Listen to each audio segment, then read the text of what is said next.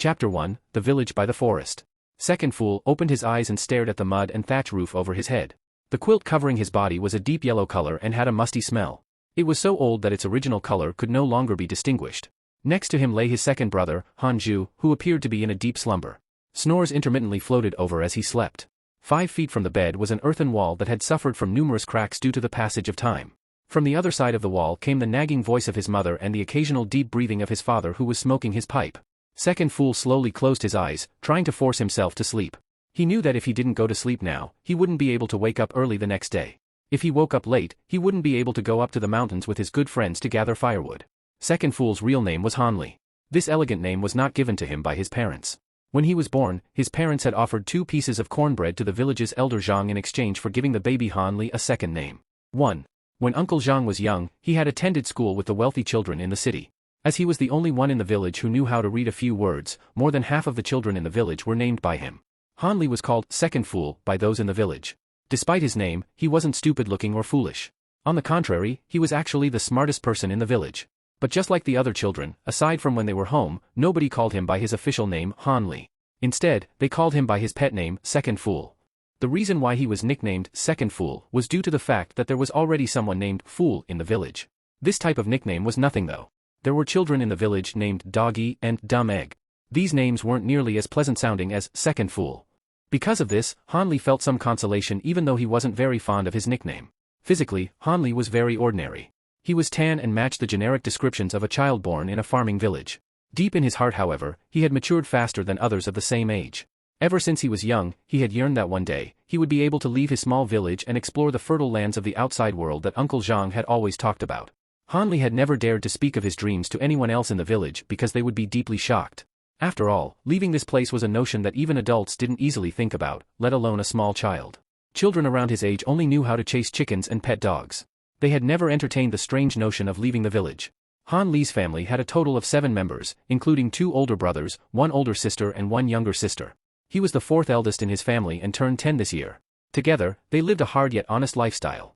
Very rarely did they get to eat meat and fish, but the entire family was content with living with the meager resources they had. At this moment, Hanli was hovering between the state of sleep and consciousness. As he slowly drifted to sleep, only one thought was on his mind. While in the mountains, he had to pick more red berries for his younger sister whom he doted on the most. The next morning, at noon, Hanli was shielding himself from the scorching sun overhead in the shade casted by the pile of lumber on his back. Wrapped around his chest was a pouch filled to the brim with red berries that bounced with each step as he walked home. He had no idea that at this moment, there was a guest in his home, a guest that would change his destiny forever. This guest was actually someone who had very close blood ties with Hanli. It was his third uncle. It was rumored that his third uncle was the shopkeeper of a restaurant in the nearby city. According to his parents, third uncle was the most capable within their family. After a few hundred years, the Han family had finally produced someone like his third uncle, a figure with status and respect that was unrivaled within the family. When Hanli was young, he had only met his third uncle a few times. Hanli's older brother became a blacksmith's apprentice in the city thanks to third uncle's introduction.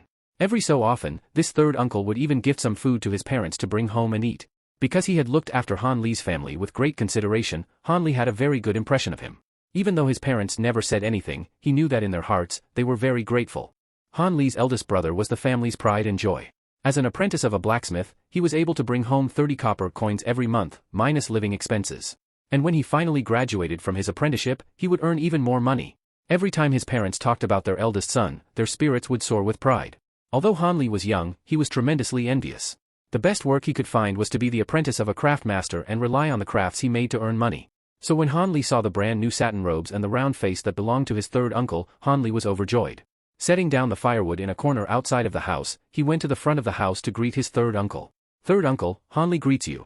After doing so, he obediently stood to the side and listened to his third uncle chat with his parents. Third uncle beamed at Hanli as he opened his mouth, praising his nephew. What a sensible child. After complimenting Hanli, he turned his attention back to Hanli's parents and explained the reason for his visit. Although Hanli wasn't able to fully understand the words his third uncle was saying as he was too young, he still roughly understood what was said. It turned out his third uncle's restaurant had the backing of the 7 Mysteries sect. This sect was divided into the inner and outer divisions. Not too long ago, third uncle had been officially recognized as an outer disciple. That meant that he could bring a child between the ages of 7 and 12 to take the inner disciple examinations. Once every 5 years, the 7 Mysteries sect would formally issue invitations for youngsters to take the test to become inner disciples. The test would officially begin the following month. third uncle was a smart and astute man who was childless, so he naturally thought of Han Li, who met the age requirement. The moment the usually docile father Han heard the words Jiang Hu and sect, along with many other phrases he had never heard before, he felt very hesitant. Bringing his smoking pipe to his lips and giving it a puff, he sat down without saying a word. 2. According to third uncle, the Seven Mysteries sect could be considered one of the best sects within several hundred miles. If one were to become an inner disciple, not only would one be able to practice martial arts for free, one would also receive a monthly allowance and have his needs taken care of. Not only that, those who didn't pass the inner disciple examinations could still enter the sect's outer division and become an outer disciple like third uncle. They would still have the opportunity to help the Seven Mysteries sect handle its external affairs. Upon hearing the possibility that his son could receive a monthly allowance and even become as successful as his third uncle, Han Li's father finally decided to give his approval. After getting the approval from Han Li's father, third uncle felt elated. Leaving behind 2 silver coins, he said that he would return in a month to escort Han Li to the testing area. During this period of time, Han Li's father had to ensure that Han Li was clothed and well fed to improve his constitution so that it would be easier for him to pass the test.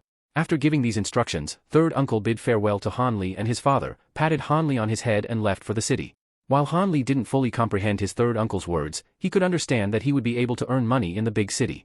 It seemed that his dream from before was finally going to come true, making him so excited that he could not sleep for the first few nights.